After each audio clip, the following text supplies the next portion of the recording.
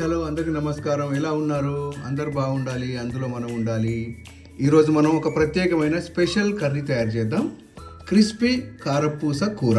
అది ఎలా తయారు చేయాలో మీకు చూపిస్తాను. సాధారణంగా ఏ కూర అయినా కూడా అందరూ చేసుకునేదే, కానీ కాస్త వెరైటీగా చేసుకుంటే మనకు రుచికరంగా, తర్వాత ఎవరికైనా తినడానికి కూడా అది చాలా ఇందాక మనం చూసిన కారపూసను ఇది చిన్న చిన్న ముక్కలుగా మనం కత్తిరించుకోవాలి, ముక్కలుగా చేసుకోవాలి. ఈ కారపూసను కొన్ని ప్రాంతాల్లో వారు మురుకులు అంటారు, కొంతమంది తేనెతెరలు అంటారు, కొంతమంది జంతికలు అంటారు, మరి కొంతమంది కారపూస అంటారు, కొంతమంది మడుగులు అంటారు. వాటిని ఇలా చిన్నగా మనం ముక్కలుగా చేసుకొని దీన్ని కూర కోసం ఉపయోగించుకోవాలి. ముక్కలుగా చేసుకున్న కారపూసతో పాటు ఒక మీడియం సైజులో ఉన్న 2 టమాటాలను చిన్న ముక్కలుగా తరిగి పక్కకు పెట్టుకోవాలి. అట్లాగే మన ఇష్టం కొద్దీ, అంటే ఉల్లిపాయలు తప్పనిసరిగా వేయాలి దీంట్లో. అది సంఖ్య ఎంత అనేది, ఎంత క్వాంటిటీ అనేది మీ ఇష్టాన్ని బట్టి ఉంటుంది. నేనైతే ఇక్కడ ఒక 3 ఉల్లిపాయలను చిన్నగా తరుక్కున్నాను. వీటితో పాటు ఈ కూర తయారు చేయడానికి కావలసినటువంటి పదార్థాలలో ఇందులో ముఖ్యంగా ఇవి సాధారణంగా అన్ని కూరల్లో వాడేవి వాడుకున్నామండి. ఇక్కడ ప్రత్యేకంగా ఏమీ చేయలేదు. ఈ కూర కూడా మీరు అందరు ఇళ్లలో చేసే సాధారణమైన కూరలాగానే ఉంటుంది, కానీ కాకపోతే ఇందులో కొద్దిగా వెరైటీ ఏంటంటే ఈ కారపూస అనేది దీంట్లో యాడ్ చేస్తున్నాం మనం. సో జీలకర్ర, ఆవాలు, పసుపు, మినప్పప్పు, కొద్దిగా మినప్పప్పు, తర్వాత ఇంత అల్లం వెల్లుల్లి పేస్టు, కరివేపాకు, ఇంకా 4-5 రెబ్బలు పుదీనా, తర్వాత కొంత కొత్తిమీర తీసుకోవాలి. కొద్దిగా స్టవ్ వెలిగించుకొని దానిపైన చిన్న మూకుడు లాంటిది పెట్టుకోవాలి. మూకుడు వేడెక్కినాక తగినంత నూనె తీసుకోవాలి. తగినంత పరిమాణంలో నూనె తీసుకోవాలి. నూనె పెద్దగా అక్కర్లేదండి, ఎందుకంటే మనకి ఇంత కారపూస ఆల్మోస్ట్ అలాగే డీప్ ఫ్రైలోనే తయారు చేయబడుతుంది కనుక మనం నూనె కొద్దిగా తక్కువ తీసుకుంటేనే బాగుంటుంది. నూనె వేడెక్కినాక దాంట్లో కొంత జీలకర్ర, తర్వాత ఆవాలు, దాంతోపాటు ఇది రెబ్బలు, కరివేపాకు, వాటితో పాటు ఇంకా ఇందాక చెప్తున్నట్టుగా పుదీనా. పోపులోనే కాస్త మనం కొత్తిమీర పొడి వేసుకుంటే ఆ ఫ్లేవర్ దాంట్లోనే కాస్త బాగా మాగుతుంది, వస్తుంది. కాస్త కలగలుపుకోవాలి. కలగలుపుకున్నాక మన దగ్గర ఉన్న ఇంత వెల్లుల్లి పేస్ట్ వేసుకోవాలి. వెల్లుల్లి పేస్ట్ కూడా నూనెలో కాస్త అది వేడెక్కి చక్కగా అది ఉడకాలి. ఇప్పుడు కాస్త మినప్పప్పు మీకు నచ్చితే వేసుకోవచ్చు, లేదంటే వదిలేయచ్చు. అది పెద్దగా ఇష్టాన్ని బట్టి ఆధారపడి ఉంటుంది. దీంతో పాటు ఇప్పుడే పసుపు వేసుకుంటే ఏమవుతుందంటే ఆ నూనెలో కాస్త పసుపు కూడా కలిసిపోయి ఈ కూరలో మనం చేసుకునేటువంటి కూరలో కాస్త రంగుమయంగా ఉంటుంది. అబ్బా, ఇప్పుడైతే ఘుమఘుమ వాసన అయితే వస్తుందండి పోపు వల్ల. దీంట్లోకి మనం ఇందాక తరిగి పెట్టుకున్న ఉల్లిపాయ ముక్కలను వేసుకోవాలి.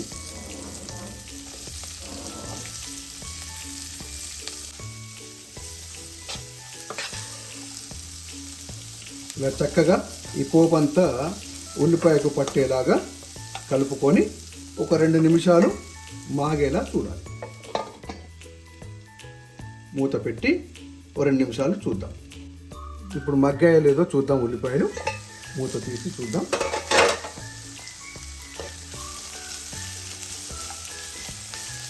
ఇంకాస్త టైం తీసుకుంటుందండి ఇది పూర్తిగా మగ్గడానికి.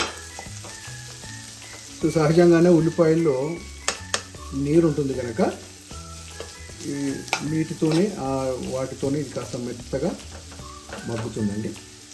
దీన్ని ఇంకింత త్వరగా మగ్గాలనుకుంటే కొద్దిగా ఉప్పు వేస్తే అది ఇంకా తొందరగా ఉల్లిపాయ ఉడికిపోతుంది. మళ్ళీ కాసేపు మూత పెట్టుకుందాం. ఒకసారి మూత తీసి చూద్దాం. చూడండి ఉల్లిపాయ ఎంత చక్కగా మగ్గిపోయిందో. ఇట్లా మగ్గిపోయిన ఉల్లిపాయలు తర్వాత మనం ఇందాక తరిగి పెట్టుకున్నటువంటి టమాటా ముక్కలను వేసుకోవాలి.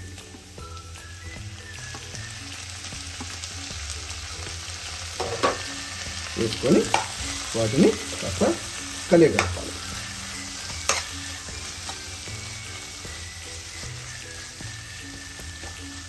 తర్వాత మరింత కాసేపు ఈ టమాటాలు కూడా మగ్గేలా మూత పెట్టుకోవాలి. ఇప్పుడు మూత తీసి మరొకసారి చూద్దాం. చక్కగా ఉడికింది. ఈ ఉడికిన ఉల్లిపాయ మరియు టమాటా, ఈ మెత్తగా ఉడికిన టమాటా ఉల్లిపాయ మిశ్రమంలో మనం ఇందాకే ముక్కలుగా చేసుకున్న ఈ కారపూస మనం ఇందులో కలుపుకుందాం. మీకు ఎంత కావాలో మీ ఇష్టాన్ని బట్టండి. మీకు ఎంత పరిమాణంలో కలుపుకోవాలంటే అంత కలుపుకోవచ్చు. అది మీ ఇష్టాన్ని బట్టే డిసైడ్ చేసుకోవచ్చు.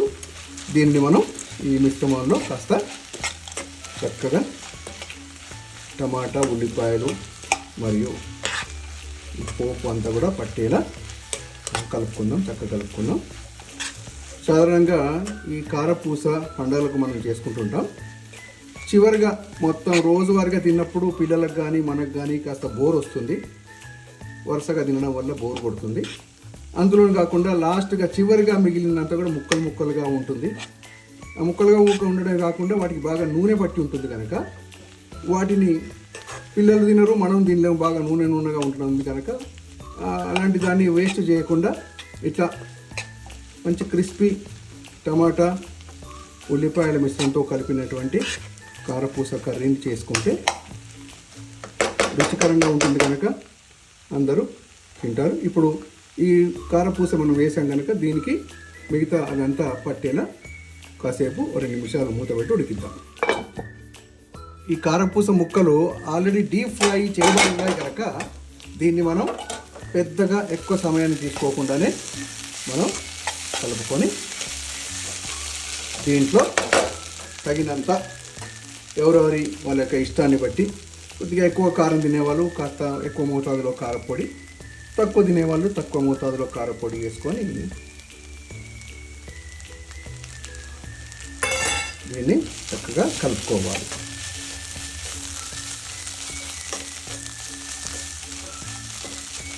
వాస్తవానికి కొద్దిగా కారపొడి ఎక్కువనే పడుతుందండి. ఎందుకంటే ఉల్లిపాయలో టమాటాలో కాస్త తీపి శాతం ఎక్కువ ఉంటుంది కనుక దానికి ఒక కూరగా మనం రుచిగా కొద్ది కారంగా మనకు తగలాలి, నోటికి తగలాలంటే కొద్దిగా ఓ మోస్తరు ఒక చిటికెడు కారం ఎక్కువ పడితేనే అది కాస్త రుచిగా ఉంటుంది.